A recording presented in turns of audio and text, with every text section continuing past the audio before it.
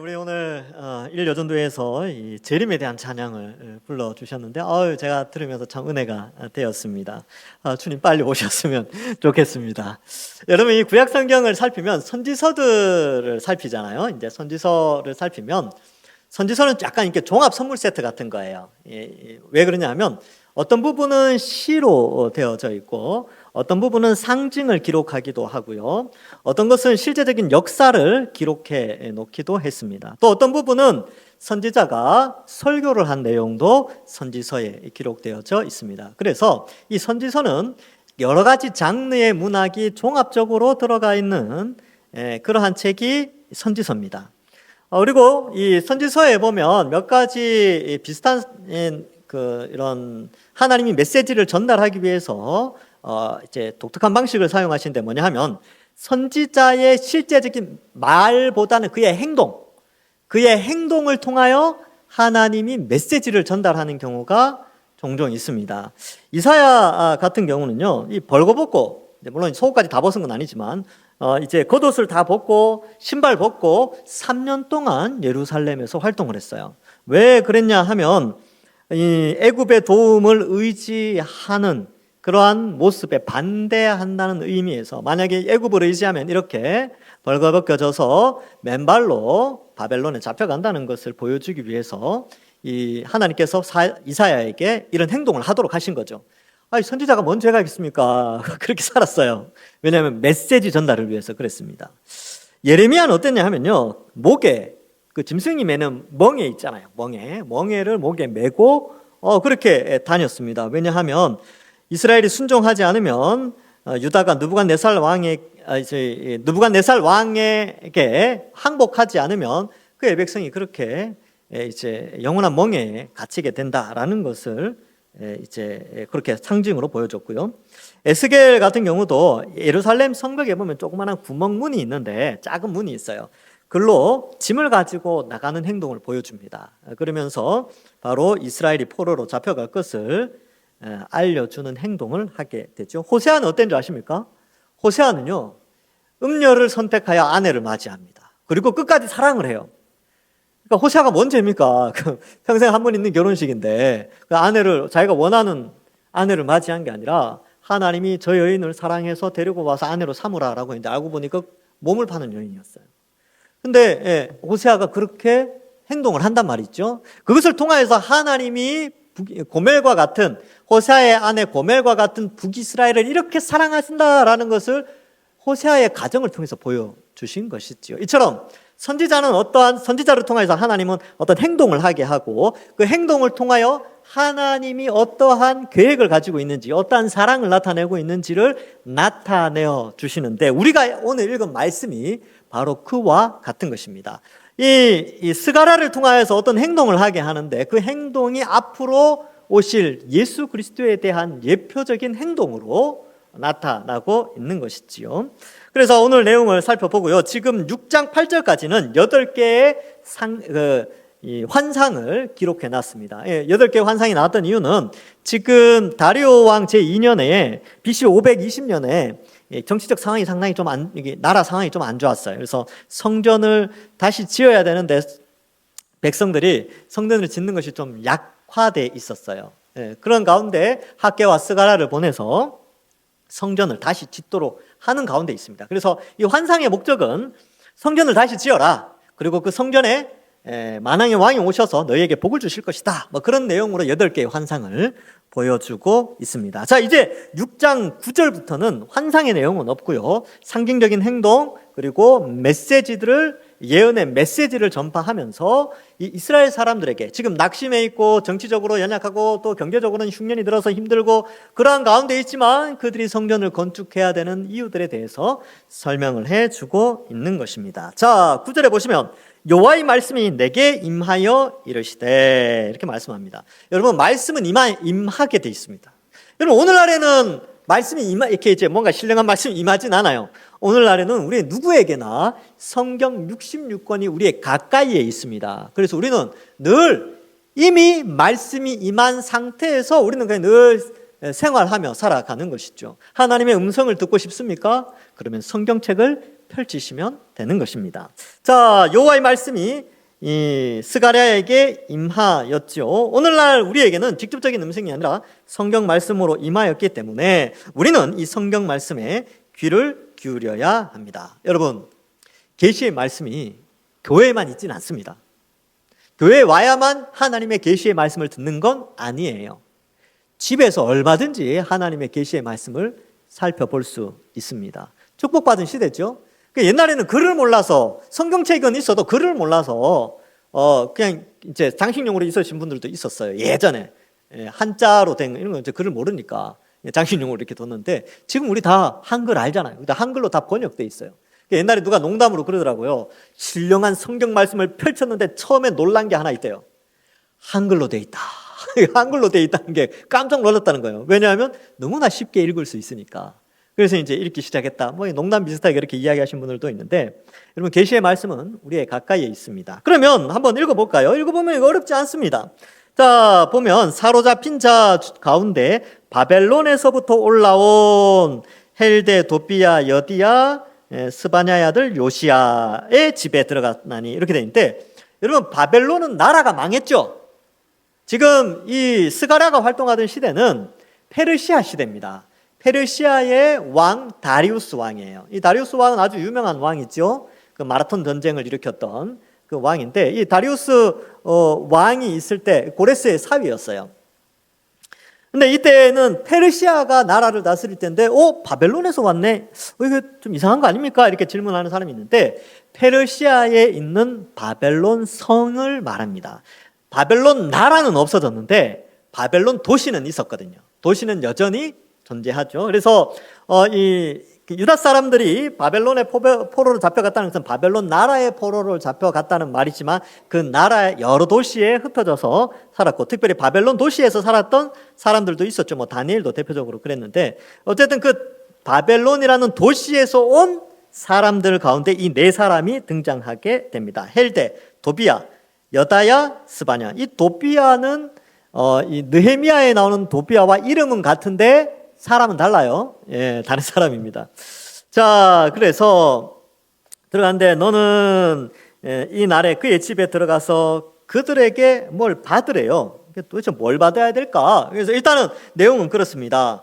이 바벨론에서 온 사람들이 있는데 네 사람이 등장하게 되고, 그들 집에 들어가서 그들에게 뭔가를 받으래요. 뭘 받느냐 하면 11절에 보니까 은과 금을 받아 면류관을 만들어 요사닥의 아들 대제사장 요수아의 머리에 씌워라, 이렇게 기록하고 있습니다.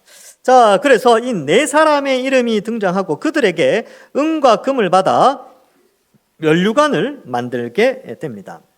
근데 그 면류관을 총독이었던 스룹바벨에게 씌우지 않고 이 면류관을 대제사장이었던 요수아에게 씌우는 게 아주 특이해요.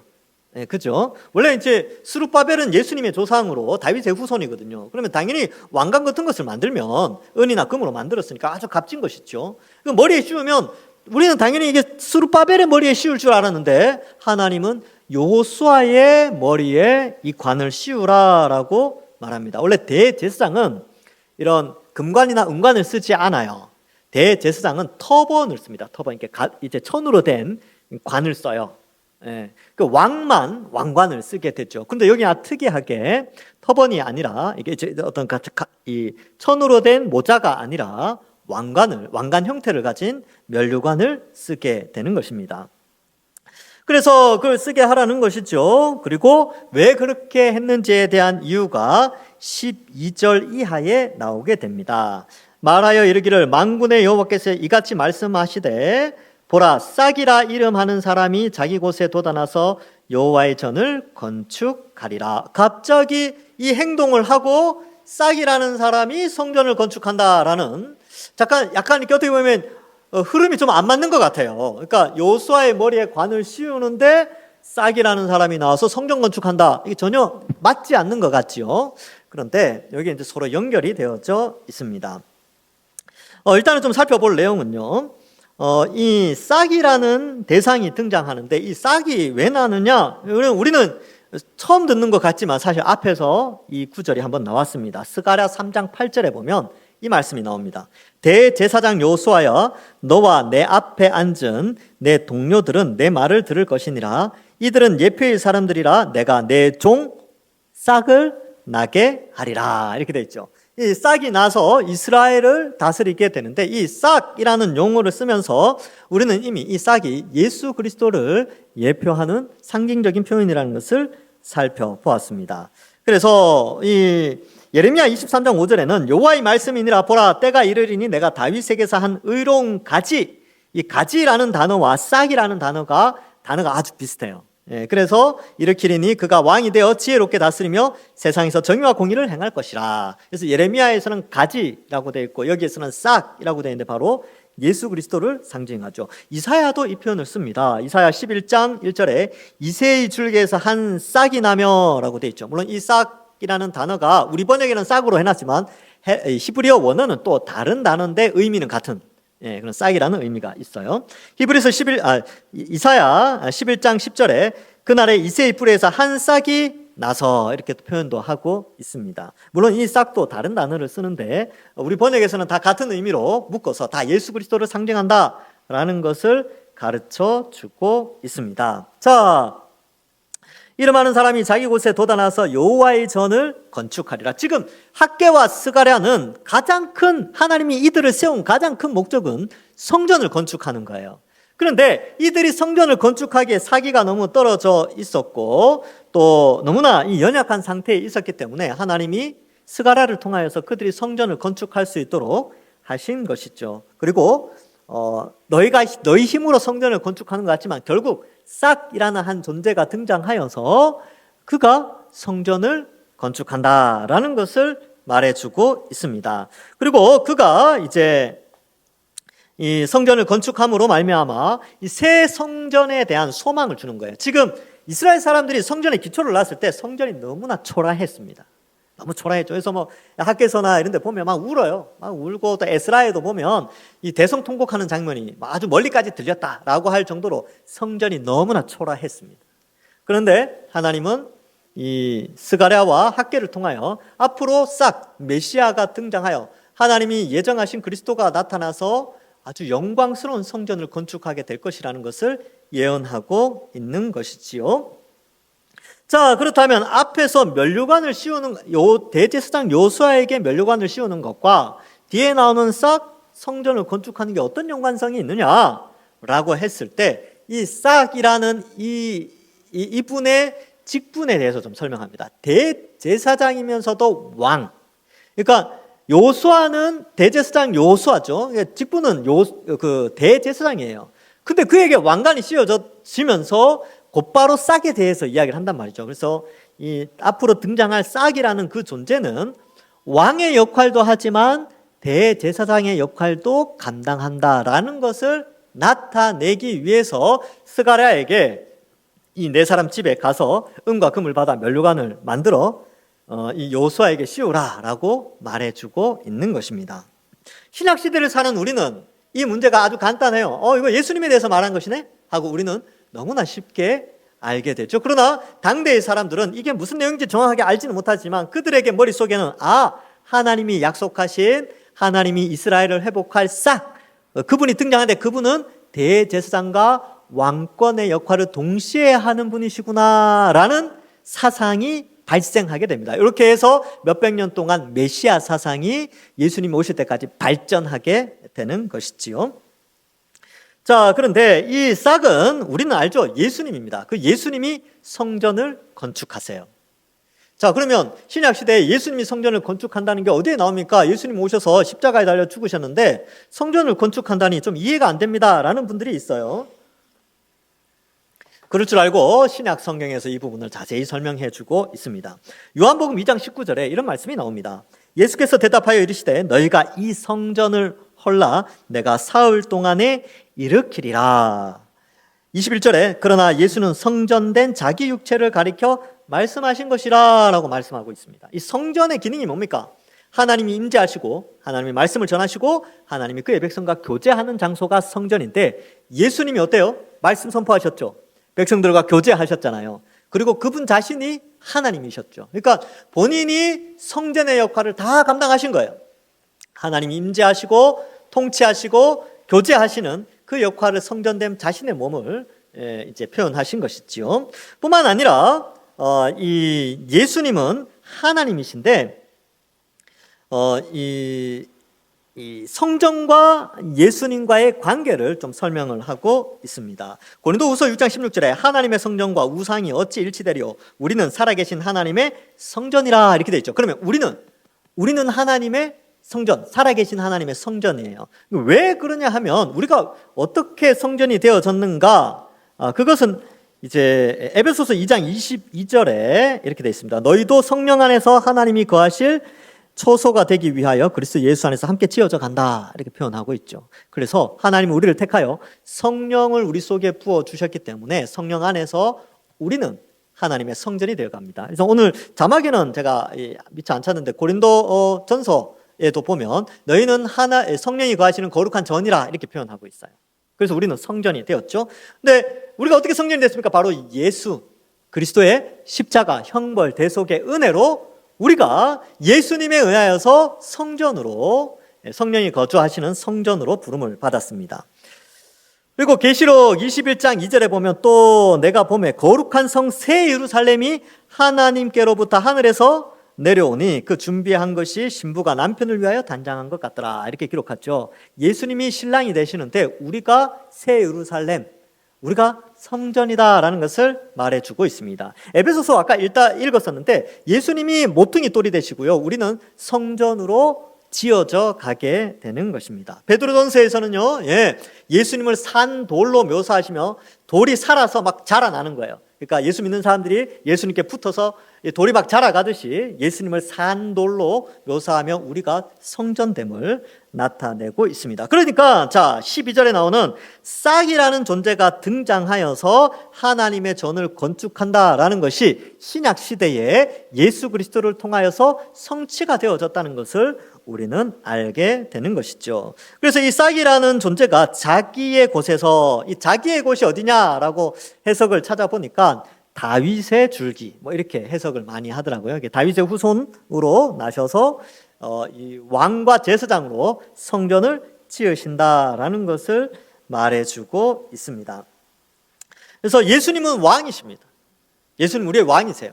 그리고 예수님은 대제사장 되시지요. 그래서 이 싹이 나서 싹이신 예수님이 성전을 건축하고 또 그로 말미암아 영광을 받죠. 13절에 보면 그가 여호와의 전을 건축하고 영광도 얻고, 이 싹이 영광을 얻는 거죠. 그 자리에 앉아서 다스릴 것이요 이렇게 표현하고 있습니다. 통치하신다는 거죠. 또 제사장이 자기 자리에 있으리니 이 둘 사이에 평화의 의논이 있으리라 하셨다 하고 이렇게 표현하고 있습니다. 23절은 이 신약 시대에 우리에게는 굉장히 감동적인 그런 구절과 같습니다. 일단 예수님은 왕으로서 영광을 얻으시죠. 예수님은 만왕의 왕이시오 만주의 주십니다. 그래서 요한계시록 17장 14절에 이런 말씀이 나옵니다. 그들이 어린 양과 더불어 싸우려니와 어린 양은 만주의 주시오 만왕의 왕이심으로 이렇게 기록하고 있어요. 어린 양은 예수님 있죠. 그래서 그들을 이길 터이요. 뭐 이렇게 영적인 전쟁에서 예수님은 여전히 승리하시는, 교회와 함께 이 악한 세상을 승리하시는 그런 분으로, 왕으로 묘사하고 있습니다. 히브리서 4장 14절 15절에는 예수님을 제사장으로 묘사하는데 이렇게 표현합니다. 그러므로 우리에게 큰 대제사장이 계시니 승천하시니 곧 하나님의 아들 예수시라. 우리가 믿는 도리를 굳게 잡을지어다. 우리에게 있는 대제사장은 우리의 연약함을 동정하지 못하실 이가 아니요 모든 일에 우리와 똑같이 시험을 받으시니로되 죄는 없으시니라. 이렇게 기록합니다. 예수님이 대제사장이시면서 만왕의 왕이십니다. 그리고 예수님은 성전이 되시는 것이지요. 그래서 이러한 이 개념들을 우리가 가지고 있으면 구약에 예언된 말씀들이 다 예수 그리스도를 통하여 성취가 되어졌다는 것을 알게 되는 것이지요. 자, 그것뿐만 아니라 우리가 이제 예수님을 믿음으로 그리스도와 연합되어지게 됩니다. 우리가 원래는 죄의 형벌로 말미암아 하나님을 반역해서, 하나님을 믿지 않아서 반역죄죠. 왕이신 하나님을 거부했기 때문에 반역죄로 육체의 죽음과 지옥의 형벌을 당해야 되는데 예수님이 그 형벌을 대신 이 땅에 오셔서 받으셨죠. 성육신 하셔서 완전한 의인이시지만 완전한 사람으로 우리의 죄의 형벌을 대신해서 십자가에 죽어 주셨습니다. 근데 그 예수님이 죽으신 희생은 바로 제물 대신 제물이시죠. 그러나 그 예수님은 성전 되시고 본인이 성전 되시고 본인이 제물 되시고 본인이 대제사장이 되셨어요. 아주 이게 독특한 묘사죠. 그러니까 구약에 있는 성전, 대제사장, 제물 이 모든 것은 그리스도를 통하여서 완전히 성취되어졌다는 것을 우리에게 가르쳐주고 있습니다. 자, 그렇다면 우리는 어떠냐? 자, 보세요. 자, 예수님이 성전이죠. 예수님이 대제사장이잖아요. 예수님이 제물 되셨죠. 자, 그럼 우리는 예수님을 믿음으로 말미암아 어떻게 되냐면 그리스도와 연합하지 않습니까? 그렇죠? 그럼 그리스도와 연합되어짐으로 말미암아 우리에게도 어떤 특권이 주어지냐면 예수님이 아까 왕이시죠. 또 왕. 그 왕권과 예수님의 왕되심과 함께 교회가 만물을 다스리게 됩니다. 통치하게 돼요. 그리고 예수님이 제물 되신 것처럼 우리도 제물이 되어지고요. 예수님이 대제사장인 것처럼 우리도 제사장의 역할을 감당하게 됩니다. 베드로전서 2장 5절에 보면 이런 말씀이 나옵니다. 너희도 산돌같이 신령한 집으로 세워지고, 이건 앞에서도 또 이야기했죠. 예수 그리스도로 말미암아 하나님이 기쁘게 받으실 신령한 제사를 드릴 거룩한 제사장이 될지니라. 이번에는 우리가 제사장이 된대요. 신령한 제사를 드린대. 이 신령한 제사가 뭐겠습니까? 바로 거룩한 산 제물이겠죠. 베드로전서 2장 9절에는 그러나 너희는 택하신 족속이요 왕 같은 제사장들이요 라고 되어 있죠. 왕 같은 제사장들. 조금 전에 오늘 본문에 보면 대제사장이 왕관을 썼잖아요. 왕 같은 대제사장이죠, 이 요수아는. 근데 우리는 왕 같은 대제사장은 아니고 대제사장은 예수님이니까 우리는 왕 같은 제사장들이에요. 그 예수님의 특권, 우리가 그리스도를 믿어 연합되었기 때문에 그 특권은 우리가 누리는 아주 존귀한 자들로 부름을 받았습니다. 그래서 좌우에 계신 분들 있잖아요. 우습게 여기시면 안 돼요. 왕 같은 제사장들이라니까요. 자, 눈을 잘 뜨고 보시면 머리에 왕관이 보일 수도 있습니다. 이처럼 우리는 존귀한 자들이에요. 그러니까 아끼고 사랑하고 귀하게 여겨야 됩니다. 자, 그러면 제물은 뭐냐? 제물. 오늘날에는 우리가 소 바치고 양 바치고 안 하잖아요. 왜냐하면 2000년 전에 예수님이 완전한 제물로 드려졌기 때문에 그렇습니다. 그런데 우리가 그리스도와 연합되었기 때문에 우리도 제물을 드린대요. 우리가 어떤 제물을 드리느냐? 로마서 12장 1절에 그러므로 형제들아 내가 하나님의 모든 자비하심으로 너희를 권하노니 너희 몸을 하나님이 기뻐하시는 거룩한 산 제물로 드리라. 이는 너희가 드릴 영적 예배니라. 이렇게 기록하고 있습니다. 그러면 우리의 거룩한 삶이 제물이 되는 거죠. 자, 그러면 자 보세요. 예수님은 왕이세요.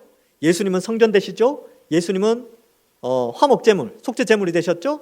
예수님은 대제사장이 되십니다. 우리는 예수님과 같이 통치하게 돼요. 그리고 우리도 우리의 거룩한 삶을 통하여 제물을 드리고 우리도 왕 같은 제사장으로 부름을 받았고 그리스도와 연합되어 성전으로 지어져 가고 있습니다. 엄청난 특혜와 은혜가 우리에게 있다는 사실을 아시겠죠? 교회의 영광이 이런 데서 나타나는 겁니다. 여기에 우리의 영광이 그대로 드러나는 것이죠. 세상 사람들이 그리스도인들을 볼 때는 정말 비루해 보이기도 하고요. 별거 아닌 것 같아요. 세상의 학문과 문화와 우리가 추구하는 성경적 지식과는 많은 괴리감이 있습니다. 그래서 다수에 의해서 소수된 우리가 상당히 무시당하기도 하고요. 어리석은 자 당하기도 하고 그렇습니다. 그런데 성경은 우리를 그리스도와 같이 왕처럼 귀하게 여기고요. 또 성전처럼, 제물처럼, 제사장처럼 우리를 묘사하고 있습니다. 왜냐하면 우리가 그리스도와 연합되어 있기 때문에. 예수님을 믿음으로 그 엄청난 은혜의 특권을 우리에게 주셨기 때문에 그러한 것이지요. 얼마나 감사합니까? 여러분 지난 한 주간 세상에서 많이 스트레스 받고 오셨죠? 좀 잘 안 풀리셨습니까? 자식들이 속 썩이고 사업이 좀 어렵고 지금 경제가 어렵고 힘들죠. 힘든 거 아는데 그래도 우리는 왕 같은 제사장들이요, 거룩한 성전으로 지어져 가는 자들이며 또 예수님의 통치에 함께 동참하는 자들입니다. 예수님의 통치는 뭡니까? 말씀을 전파하는 것이죠. 교회를 통하여 이 세상에 하나님의 지식을 전파하는 이 통치의 일을 교회를 통해서 하나님이 하고 계십니다. 그래서 에베소서 1장 22절, 23절에는 이렇게 말씀합니다. 또 만물을 그 발 아래에 복종하게 하시고 그를 만물 위에 교회의 머리로 삼으셨느니라. 교회는 그의 몸이니 만물 안에서 만물을 충만하게 하시는 이의 충만함이니라. 이렇게 되는데 22절이 중요해요. 22절에 보면 그의 발 아래 복종하게 하시고, 그럼 그의 몸은 뭐냐 하면 교회라는 거죠. 그의 발 아래 만물을 복종케 하고 통치하시는데 교회를 통해서 예수님이 만물을 다스리고 있다. 그래서 우리는 그리스도와 함께 왕 노릇하는 자들로 부름을 받았다라는 것이지요. 그래서 우리는 에베소서 2장 10절처럼 우리는 그가 만드신 바라 그리스도 예수 안에서 선한 일을 위하여 지으심을 받았다. 이 선한 일은 하나님이 기뻐하시는 거룩한 산 제물과 연결되어져 있습니다. 자, 그래서 여기 보면 13절에 다시 한번 보세요. 이런 관점에서 여호와의 전을 건축하고, 그죠? 예수님이 건축해요. 그죠? 십자가로 말미암아 성전을 건축하셨죠? 건축해 가고 계십니다. 그리고 영광도 얻고, 교회가 예수 그리스도를, 만물이 예수 그리스도에게 영광을 돌리지 않습니까? 우리는 그래서 우리가 가진 신앙을 어떻게 표현하냐면, 우리가 가진 이 믿음을 그리스도교라고 합니다. 그리스도교, 예수님을 믿는 사람들의 모임. 그래서 기독교인들이라고 표현하죠. 왜냐하면 예수님께 영광 돌리는 사람들이기 때문에 그렇습니다. 그리고 예수님이 그 자리에 앉아서, 바로 교회에 앉아서, 이 성전에 앉아서 다스리거든요. 그러니까 이 당대 사람들, 즉 이 스가랴 학계가 활동하던 당대 사람들이, 우리가 이 성전을 지어 놓으면 앞으로 메시아가 오셔서 이 성전에서 성전을 더욱더 완공하면서 그 가운데 통치하시겠구나라는 소망을 가지며 성전을 짓게 되는 거예요. 좌절하지 않고, 낙심하지 않고 성전을 짓는 것이죠. 또 제사장이 자기 자리에 있으리라, 이렇게 표현하고 있습니다. 그래서 왕이신 그분이 제사장들과 함께 이 둘 사이에 평화의 의논이 있으리라. 이걸 이제 약간 두 가지로 해석을 한다면, 왕이신 싹이 따로 있고 제사장이 따로 있는데 서로 의논을 해서 평화의 의논, 평화의 시대를 열어갈 것이다 라고 해석하는 것과, 아니다, 앞에 나왔던 것처럼 대제사장이 왕관을 쓴 것처럼 이 구분되어 있는 것 같지만 왕과 제사장의 역할을 동시에 감당하는 예수님을 통하여 평화의 시대가 도래하는 것이다 라는 것으로 또 해석하기도 합니다. 어찌되었건 만약에 제사장과 왕이 분리된다면 우리가 왕 같은 제사장들로 그리스도와 함께 평화의 세계를 열어가며 복음을 전파하는 자들이고요, 그리스도로 중심이 된다면 예수님께서 바로 왕이시요 대제사장으로서 우리와 하나님 사이 연결하고 하나님의 백성으로 우리를 돌보시고 지키신다는 것을 또한 나타내고 있는 것입니다. 자, 그래서 14절에 그 면류관은 헬렘과 도비아와 여다야와 스바냐의 아들 헨을 기념하기 위하여 여호와의 전 안에 두라 하시기로. 근데 이름이 바뀌었죠. 이름이 바뀌었어요. 여기 보면 헬데가 이 헬렘으로 바뀌게 됩니다. 그래서 거기 보면 10절에 헬데가 나오는데 여기는 헬렘으로 되어 있고요. 스바냐의 아들 요시아라고 되어 있는데 헨으로 바뀌었습니다. 근데 이 두 단어가 다 은혜와 관련되어져 있고, 헨이라는 단어는 은혜라는 단어거든요. 그러니까 그러니까 요시아라는 사람이 베푼 은혜가 크니까 이 스가랴의 입장에서 하나님이 그의 이름을 은혜의 사람 이렇게 불러버린 거죠. 그래서 여기에 나오는 이 14절에 나오는 4명과 10절에 나오는 4명이 다 동일인입니다. 그런데 그들이 헌신한 것 때문에 그들의 이름을 바꾸고 높여서 이름을 바꾸어 주게 됐죠. 그래서 면류관을 어떻게 해요?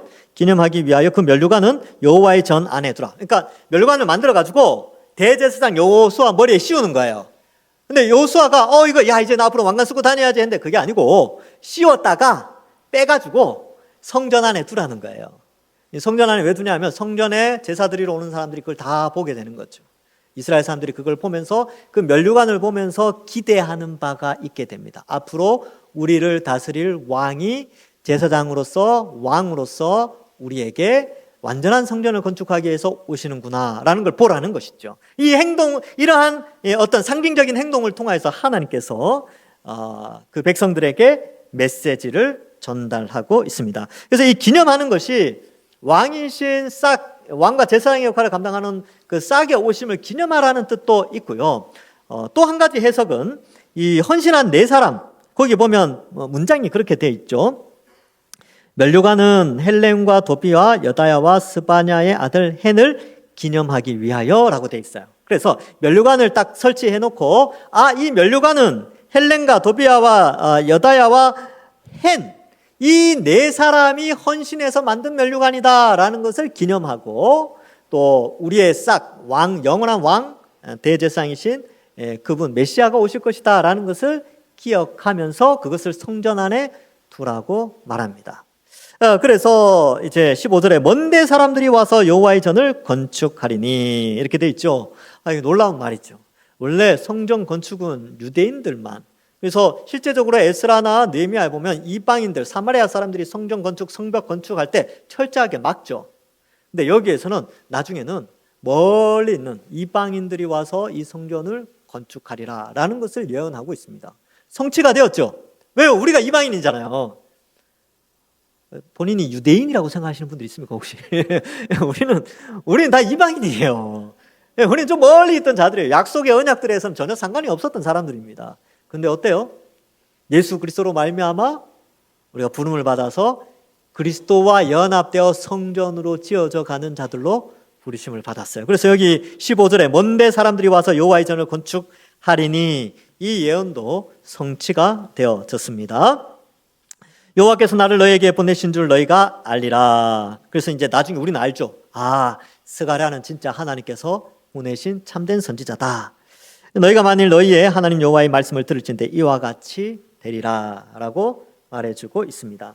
말씀을 맺습니다. 오늘 본문 말씀에서는 이 성전을 짓다가 낙심한 그들에게 하나님이 스가랴를 보내서 앞으로 완성될 예수 그리스도를 통하여 완성될 하나님 나라, 그리고 완전한 성전, 완전한 대제사장, 완전한 왕이 등극하게 되고 그들이 온전히 그 예수님이 오셔서 완전한 하나님 나라를 이루고 성전을 건축할 것이다. 그런데 그 성전 건축하는데 먼데 사람들도 와서 같이 짓게 될 거야 라는 것을 말해주고 있습니다. 그리고 오늘날 우리도 마찬가지죠. 이제 우리는 예수 그리스도와 연합되어져서 함께 성전으로 지어져 가는 자들이에요. 우리도 왕이요 대제사장의 역할을 하고 우리도 제물로서 그리스도의 사역에 직접 연관되어져서 사역하는 자들로, 그리스도와 연합된 자로 그리스도의 사역에 뛰어든 자들로 우리를 묘사하고 있습니다. 영광스러운 모습이죠. 그래서 서로 뜨겁게 사랑하고 주어진 사명, 그리스도의 사명을 우리도 잘 감당해내야 하며 이번 한 주간 살아갈 때에 주의 나라를 위하여 영광스럽게 충성, 봉사하시면 되는 것입니다. 여기 나왔던 헌신된 네 사람의 이름이 기념이 되어지죠. 면류관을 통해서 기념되어지듯이 여러분들이 수고하고 헌신하고 주를 위해서 아끼지 않는 그 모든 것들은 하나님이 다 기억하고 칭찬과 명성과 존귀로 갚아주신다는 것을 잊지 않으시기를 또한 바랍니다. 또한 우리는 바로 이러한 존귀한 자들로서 더욱더 이번 한 주간 살아가실 때에 이 세상 속에서 다수의 사람들이 살아가지만 우리는 비록 소수이지만 하나님이 우리를 존귀하고 귀하게 여기신다는 사실을 믿고 당당하게, 제가 이제 주일 오후 예배 설교할 때는 이 표현들 자주 쓰는데 여러분 한 주간 사실 때 예수 믿는 자들로 당당하게 사십시오. 머리 숙일 필요 없습니다. 우리는 다 보이지 않는 면류관을 쓰고 있는 자들이에요. 한 주간 멋지게 사시는 우리 모든 주의 백성들 되시기를 주님의 이름으로 간절히 축원합니다. 기도하겠습니다. 하나님 아버지, 은혜를 감사합니다. 우리를 택하여 구원하여 주시고 그리스도와 연합되어져서 그리스도의 통치에 동참하며 그리스도와 연합되어져서 성전으로 지어져 가고 거룩한 산제물을 드리며 왕같은 제사장들로 우리를 삼아주시니 감사합니다. 이번 한 주간 이 세속 사회 속에 다수의 사람들, 다수의 문명, 다수의 지식, 이 세속적 지식 가운데 우리가 살아가지만 당당하게 그리스도인으로서 한 주간을 살아가는 저희들 다 될 수 있도록 축복하여 주시옵소서. 감사드리옵고 예수님의 이름으로 기도하옵나이다. 아멘.